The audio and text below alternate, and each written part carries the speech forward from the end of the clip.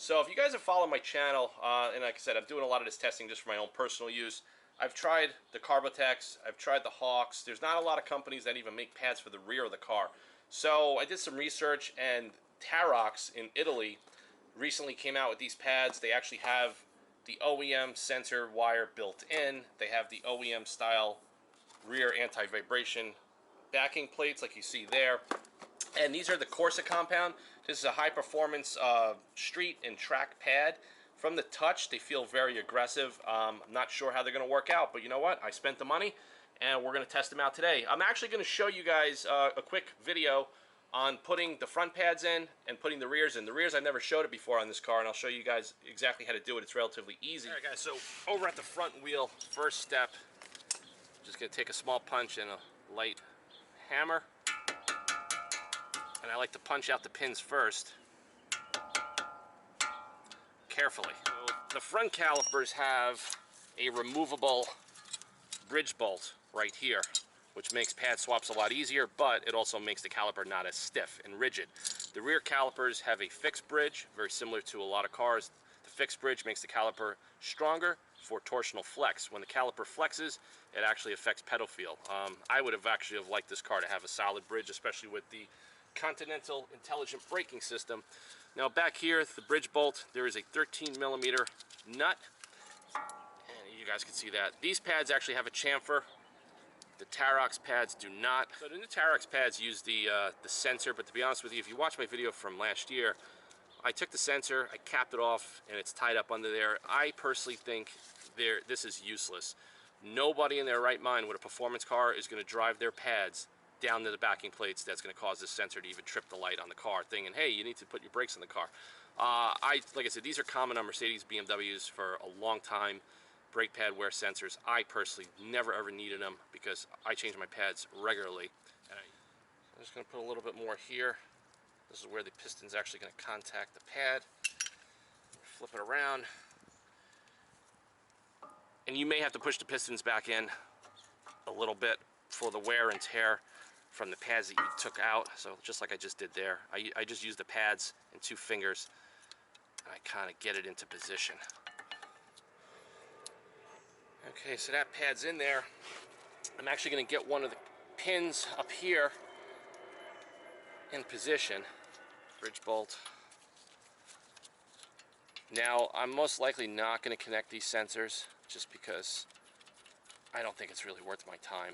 But if you guys want to connect it, just pull the harness out, you pop it in, cable tie it to the rest of the wires, and that's all you got to do. I don't see anybody, especially if you're tracking this car, you're definitely not going to be worried about sensors. And getting the bottom one in, you know, there's going to be a little bit of tension on the spring, but just use your strength. I have strong fingers. That's it. Always go back and forth, slide it, make sure there's no binding. This is the fixed bridge that I'm talking about, so you can't just slide the pads right out. So we're going to have to unbolt the caliper. This is installed just the way most aftermarket big brake kits are installed. But before we do that, I disconnected the sensor wire right here, and then this plug is attached to this little bracket. We're going to have to remove that. First step, I'm going to actually undo this little bracket here. And if you don't do that, you're not going to be able to get the OEM pads out. So this is a TAROX. Let's see what size it is. I'll let you guys know. It's a TAROX 15. Just got to wiggle it out with a little finesse, and then it's going to go back right into this little slotted protrusion right there, just like that. So it's just a press fit, nothing crazy. So we got that out. Now we're going to move on to the pins. You want to get the pins out. You want to knock them out while the caliper is still mounted, because if you take the caliper off and you try to get the pins out, you're going to actually struggle with that. It's just a 10mm hex, like I show you there. And these aren't really torqued on there that tight.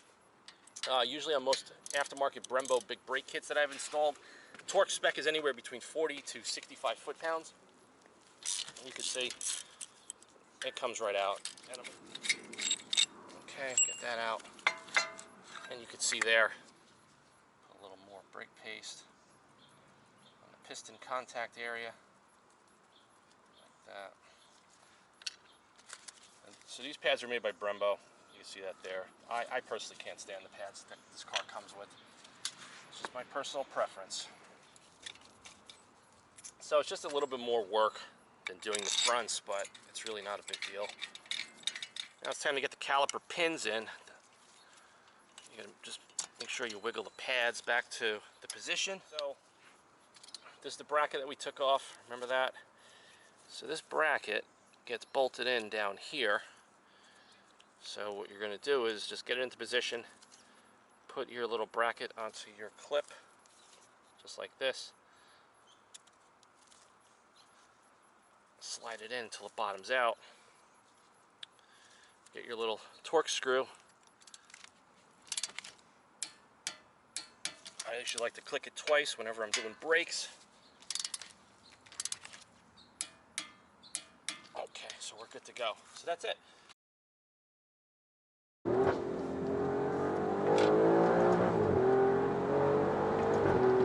What's up, guys? So here's going to be the update of the TAROX Corsa brake pads in the Alfa Romeo Giulia Quadrifoglio. So I had them in the car for about a week, and I got some really good feedback that I really want to share with all you guys around the world that either have a Stelvio Quadrifoglio or a Giulia Quadrifoglio, because like I mentioned, I spent thousands of dollars buying these pads, various different pads, you know, a lot of time testing and tuning and playing around, just to give you guys a lot of feedback, because this car, the braking system, I feel is the biggest handicap. I don't really like it at all, but we're gonna have to live with it because there's nothing we can do to change it. But by changing the brake pad compound and changing the coefficient of friction, the sensors and everything in the way this intelligent braking system is designed, it dramatically changes not only the stopping performance of the car, but pedal feel, you know, active safety and all of that good stuff. So what I'm gonna do is I'm gonna head back to the garage now. I'm going to talk a little bit about all the pads. I'm going to give you guys a summary of everything. I'm going to give you guys some more feedback on the TAROX Corsa pads in my particular car. They're very livable, very aggressive bite. By having them in the back of the car, now you're having a hell of a lot more braking feel from the rear of the car, where on a track that probably could come in handy to help you rotate, but you have to be a good driver to really know how to use a car with really, really heavy braking in the back without getting into the wall. So in that particular case, like I said, it may be too aggressive for most, but they don't offer different compounds. TAROX makes 3 different brake compounds, and apparently the Corsa is the only one that's available for our cars. And by good reason. I'm going to explain to you a little bit more. When I get back to the garage, I'm going to tell you about the Hawks, the Carbotechs, the TAROX, and OEMs. And I think it's going to be good feedback for everybody that's got this car, because I'm getting emails, you know, ever since I started doing my brake pad testing videos on this car, that everybody really appreciates the time and the effort, because it's making them enjoy the car a lot more. They're eliminating that lunging in traffic that this car is notorious for having because of the very aggressive torque converter stall speed. But I mean, I drive the car hard. I don't cruise with this car, and I'm in it all day long, and that's why, you know, having good brakes to me is probably one of the most important things of having a high performance car. Now, what am I benchmarking the braking performance to? Well, my GT350, because I own it and I drive it almost daily. Also BMW M3s, BMW M5s, Porsche GT3s, a lot of high performance cars that I get to drive and have a lot of experience in on a regular weekly basis, you know, through cars that I'm working on. That's really where I'm benchmarking every little incremental change, what it's going to do to the braking performance of this car, and can it take it up to that level. And you're going to be surprised as far as what I'm going to tell you in a little bit. So let me just get back to the garage, and I'm going to wrap this video up, and I'm going to go over everything. This is the front wheel. You can see my glove prints on there because I removed the pads from the car because they're going to be for sale. But you can see there, I mean, it's a pretty aggressive brake dust. And let me just touch the wheel right here. You guys can see that there. So it cleans pretty easily. There's not a lot of iron. This is more like a carbon ceramic type of compound. These are the rear wheels. Of course, the rear wheels are not going to be as bad, but I just wanted to show it to you guys if any of you guys are concerned about brake dust accumulation and cleaning your wheels, because to me that definitely is important. All right, guys, back in the garage. So I just want to go over all the brake pads I have on the table. Some of the pads that I did buy I no longer have here because I sold them. Because like I said, I'm spending my money. I'm not getting any of this stuff for free, and I just don't need 10 sets of brake pads for one car. So regarding the TAROX Corsa pads, there's a couple of things that I'm going to tell you the pros. Number one, here's one of the pads here. It's the only pad on the market that has the OEM sensor wire attached to it. Okay, it's also the only pad on the market that has the OEM anti-vibration shim already adhered to the backing plate, which is like a rubber composite material. It's the only pad that has that. Now, the pads on the rear are not chamfered like the OEMs. The pads on the front are also not chamfered like OEM. That just gives you a little bit more contact bite with the rotor. Not really a big deal, but like I said, this is a high performance pad. Now, installation is pretty easy. You saw that in the beginning of the video. As far as braking performance, this is a much more aggressive pad than the OEM. It's much more aggressive than the Hawk Street 5.0 pads. Now, the pad does dust out a lot. In very, very low stop and go traffic, even with the proper installation and lubricating everything, you get a very, very subtle squeal. And I think a lot of the squeal on this particular car is that brake-by-wire system where it's not really regulating the same input from your foot the way a hydraulic system would. So you're getting a little bit of that vibration, but it's such a low pitch that it's not a nuisance. It personally has not bothered me one bit, but if you're the type of person that wants whisper quiet all the time, every time, then this is probably not going to be the pad for you. Also, if you want less dust than OEM, this is probably about 10% more dust than the OEM pads. But like I said, as far as stopping performance, it doesn't really matter about dust and a little bit of noise because you're going to have a trade-off. There's no such thing as a dustless, ultra high performance pad that's going to do everything, check off all the boxes, and it's going to save the rotors. It's going to be harmless on the rotors. It's going to be no dust. It's going to be inexpensive. But it doesn't exist. So there's going to be trade-offs with any kind of brake upgrade, no matter what kind of car you have. And a lot of you guys out there know what I'm talking about. So this particular set of pads is almost $600, front and rear. And I really like the fact that I was able to get the front and rear and test them out. I tested out the front and rear together. I tested out the fronts with the OEM rears and all of that. Like I said, overall, it's a great pad, has really good bite.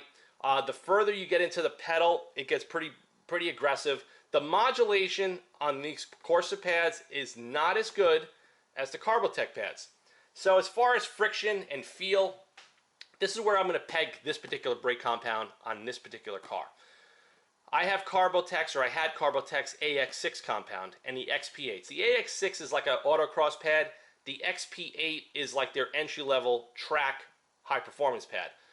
This particular compound, I feel, slots in between the AX6 and the XP8. That's really the best way to put it. And if any of you guys have tested Carbotech pads or Ferodo DS2500s or whatever, you kind of get a little bit of understanding of what I'm talking about here as far as the bite and the modulation.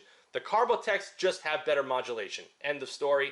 They have better bite and release characteristics than the TAROX pads. The one thing I noticed with these, on the rear, I would feel the rear calipers clamping in stop-and-go traffic before the fronts. I don't know if that's just the way these cars are programmed, but I also think that the programming algorithm of how this intelligent braking system is done on this car is because the stall converter is so aggressive, and it probably does that while you're in stop-and-go traffic so you don't lunge forward. With the OEM pads, you still get that lungy feeling where the pedal starts to sink and the car starts to creep forward. With the TAROX pads, completely eliminated. But overall, it's a great pad. You can see it here. These things are brand new. I am going to be selling the complete set at a significant discount. So if any of you guys out there with a Stelvio Quadrifoglio or a Giulia Quadrifoglio want the complete set of pads at a substantial discount, head over to my web store, auto-fanatic. Go in the performance and custom section. A lot of the stuff that I use for testing on any of my cars, wheels, tires, suspensions, brakes, I do listings in the store, and then I send an email out to a bunch of people. So I'm actually mentioning it now in my YouTube video. So if any of you guys want these, go to my store and pick them up. So we're going to put these to the side right now. Now, the Hawk Street 5.0 pads. I feel this is the best pad for a daily driven car, and you want a 5% increase over the OEM pads. The OEM pads I just think are horrible. Here they are right here. These things are brand new. A buddy of mine is actually going to buy these off me.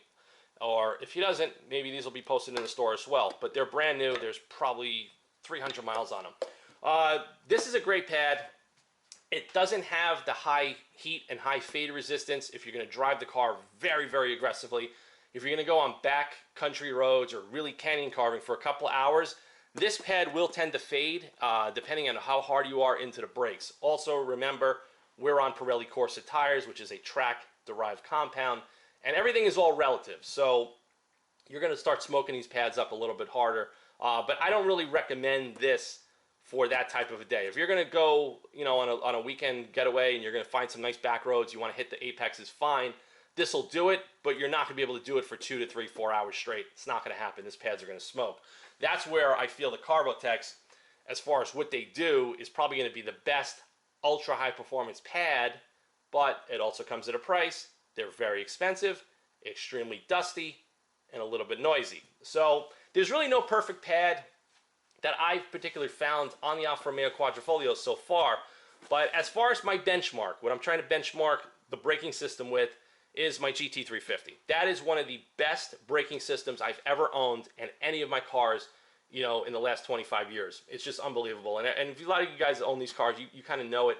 I mean, it pretty much equivalents to like a Porsche GT3 RS, you know, BMW M3, the F80s, you know, Corvette ZR1, any of these high performance cars, the Shelby is like at that top tier of the braking system. And the only thing on the Shelby that is hurting it is the weight of the car. If the car was a little bit lighter, then it would just take things up a notch even further. But being that the car is somewhat heavy, you have a big tire in the front, big tire in the rear with a phenomenally designed braking system. So I'm saying to myself, can I get the Quadrifoglio to somewhat feel that confident, that aggressive, that everything just feels right on the Shelby. So as far as everything that I've tested, the Carbotech AX6s, great pad. I would say that is about 5% more braking than the Hawk 5.0 street pads. Okay, so we're going to go down the line. Say the first upgrade from OEM is going to be the Hawk 5.0 street pads. A step up from the Hawk 5.0 is the Carbotech AX6. Okay, from the AX6, the next step up will be step number 3 is going to be the TAROX Corsas. Okay, and you can pick and choose front and rear, whatever. Now, as soon as you hit this level of braking, where are you going to go from there? Now, you're going to have the Carbotech XP8s, which I feel has the best bite, best modulation, best pedal feel. Everything is just freaking insane on these pads, the Carbotech XP8s, which is why I still have them. But like I said, a lot of dust. You get the low squeal at stop-and-go traffic, so that's a trade-off. But the good thing about the Carbotechs is I could run the 5.0s throughout the week, and let's say on the weekend I want to go take the car upstate in the country and I want to go through some back roads. I just pop those pads in about 40 minutes and I can have some fun for the day, and when I'm done I pop them out and switch back to these. So it's relatively good. And now also if you do Carbotech, you can do a 1521, which I don't recommend that pad. That's like their entry-level sort of dustless street pad. If you're going to waste your money on that, stick with your OEM pads because that's not going to be any kind of an upgrade over stock. Now, as far as trying to target and hit that benchmark, what pad have I tried out of everything that hit that benchmark? And you guys are going to be surprised. It was the first pad that I actually tested on the car, and that was the Hawk HP Plus. Now, that pad stopped incredible. It had the bite. It had the deceleration rates were phenomenal. The pedal feel was phenomenal. The coefficient of friction with the Hawk HP Plus, with the intelligent braking system, it was like a match made in heaven. The only problem, excessively noisy, excessively dusty, and the noise becomes to the point where it's unbearable. Also, the compound is so aggressive with the iron and metal compound that it's going to destroy the rotors really quickly. So I have to say that was the pad that was pretty much the target. It hit all the target points, 1, 2, 3, 4 on the money. And I said, you know what, can I find another pad that's going to do that and take that noise level down? The dust doesn't bother me. I clean my car like 5 times a week, not an issue. But I wanted that noise level down. I can't have that noise level down, you know, when I'm in stop and go traffic, people start looking at you on the street and it just gets a little unbearable, and I don't really want to do that. So that's going to be the give and take with any of this high performance stuff on the market. So if you guys want that insane level of braking on the Giulia Quadrifoglio and the Stelvio Quadrifoglio, the two options that I'm going to recommend, Carbotech XP8s and the Hawk HP Pluses or DTC 60s, okay? But they're not very livable on the street. So I just hope you guys get some good feedback. A lot of owners of these cars around the world are kind of, picking my brain constantly on email, say, hey, what do you recommend for brakes? I can't stand the brakes in the car. So, I did this stuff for my personal use, and I'm sharing it on my channel with you guys, my fans, and a lot of you guys are my customers. And, I enjoy doing this.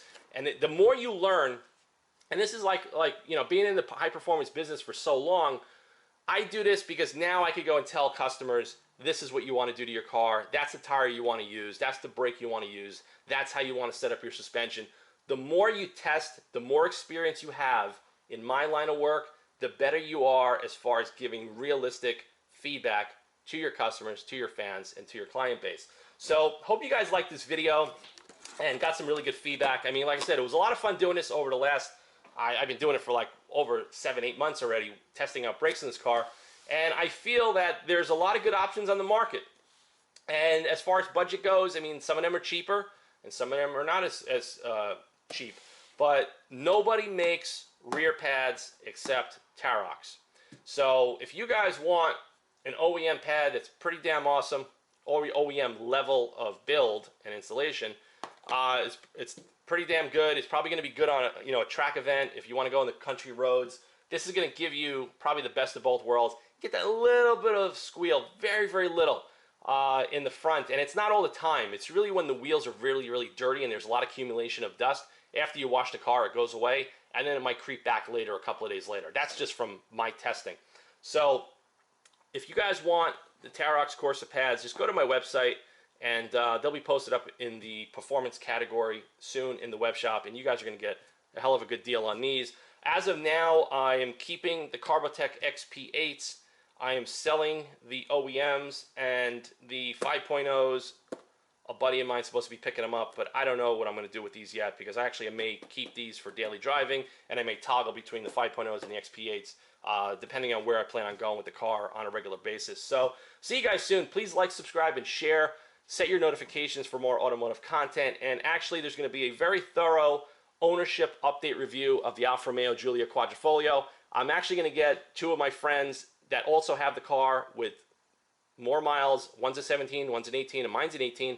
And we're going to try to get together and we're going to talk about the car, tracking the car, any kind of maintenance issues, and all of that stuff. And we're going to put a really good video together. I started shooting a video a while ago, and I kind of stopped it because I really want to get other owners that I am close with involved in the video to add to the content and add to the experience, because I think a lot of you guys out there really want to know firsthand how the car is and how is it holding up, and I think you guys are going to be very, very surprised. So see you guys soon. Stay tuned to the channel for more content, auto-fanatic.com. And you guys want any tuner parts that I take off my cars for testing, go to the website now, and they'll be posted in the performance and custom category. I'll see you guys soon, and stay tuned for the next video.